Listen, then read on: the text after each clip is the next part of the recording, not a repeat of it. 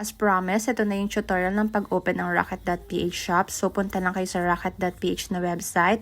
Mag-sign up lang kayo using your email. And then, after that, napaproceed na kayo sa Rocket.ph na website. So, fill out mo lang yung mga information needed. First name mo, last name, at yung 5 roles. Ang ginamit ko dyan is digital marketer, content creator, digital artist, social media freelancer, and data entry specialist. So, maglagay ka lang ng 5 roles and then after that, lagay mo yung social media links mo. And then after that, continue lang and then there you go. Meron ka ng Rocket.ph na shop. So, ito na yung profile mo. Review mo lang yung mga kailangan mong lagyan ng details. So, meron din ditong services tab, products tab. So, lalagyan mo lang lahat yan. So, ito yung social media links mo. So, yung designs, pumili ka na lang din dyan kung anong pinakagusto mong design ng iyong shop. So, i-customize mo na lang siya. And then after that, ayan, lagyan mo lang ng headline. Medyo maikli lang yung kailangan dyan. And then yung about you, lagay mo lang yung details about you. And then yung add image, para yung cover photo, naglagay muna ako ng gusto kong Eiffel Tower dyan. Pero pwede mo yung palitan ng own photo mo. And then, after that, mag-create ka na ng product. So, ganito yung pag-create ng product. So, add new product ka lang. Ang kinagandahan din dito guys is merong mga templates na pwede mong gamitin sa product listing mo. Marami ka ditong pwedeng pagpilian. But ako, nag-start from scratch muna ako. So, lagay lang ng product name. And then after that product name, digital downloads. And then yung description ng product mo. Pag okay ng descriptions mo, yung product listing photos naman na ginawa mo sa Canva. Kapag okay na yung listing photos mo, doon na tayo sa pag-upload ng product natin. So, redirect buyer to a URL kapag Canva template link yung i-upload mo. And upload ang file kapag may file kang kailangan i-upload. And then after that, pricing mo and then save and continue. And then there you go, may first product ka na. And then after that, kailangan mo nga palang pumunta doon sa My Wallet tab para i-verify naman yung ID mo. So, verify your ID, continue lang. And then after that, getting started, begin verifying. So, Philippines, select mo lang. And then, ito yung mga pamimilian ng IDs na pwede mo. So, passport yung pinili ko. Nag-upload lang ako ng passport photo.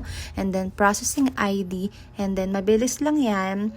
And after that, congratulations, you're done. So, may mga features pa si Rocket na hindi pa working. Alam ko sa gold account lang tong mga discounts na to. Yung mga customers, ayan. So, huwag na natin silang pansinin. So, pakita ka pala sa inyo yung My Wallet kapag may benta ka na. Ganyan yung itsura niya. Nakalagay dyan yung mga buyers mo, tsaka yung number, no, kanilang receipt number, ganon. So, ayan, yung mga pwede mong gamitin kapag kinuha mo na yung sales mo.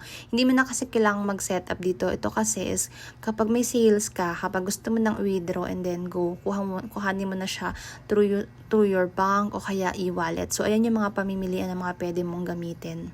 So, ganito yung sample ng pag-withdraw ko ng sales ko. Bank yung ginamit ko. So, ganyan lang siya kabilis. Ayan lang siya. So, that's it. Ganun lang kadali mag-open ng Rocket.ph na shop. So, kung meron kang any product dyan na pwede mo namang i-upload na, then mag-create ka na ng shop, simulan mo na kasi hindi ka naman kasi talaga makabenta kung hindi ka magsisimula, diba? And make sure kapag kay Rocket kayo nagawa ng shop, make sure na i-market nyo siya sa social media, sa Facebook, sa TikTok, or sa Instagram. Super beginner-friendly lang talaga ni Rocket. So, this is your sign, magsimula ka na mag-open ng shop and simulan mo nang magbenta. And just in case you're interested with PLR, I have PLR bundles po. You can check the link in my bio. There's a Rocket and Gumroad tab. And kung nakatulong man po ako sa inyo or itong video tutorial ko sa inyo, palike na lang po and subscribe. And meron pa po kasi akong mga gagawin pang future tutorials. So, medyo itong Rocket talaga medyo late na yung paggawa ko. But this year, gagawa na ako ng iba't iba pang tutorial. I-upload ko dito sa channel ko. And meron din po pala akong i-release soon na free guide about Etsy. Pagbebenta ng digital products sa Etsy. So, free po yung guide na yon. I'll be releasing that soon. I-announce ko na lang po sa TikTok account ko. So, make sure to follow me na lang din po sa TikTok ko. Link in my bio lang po to check that. So, yun lang. I hope nakatulong ako sa inyo. So, see you in my next video. Thank you!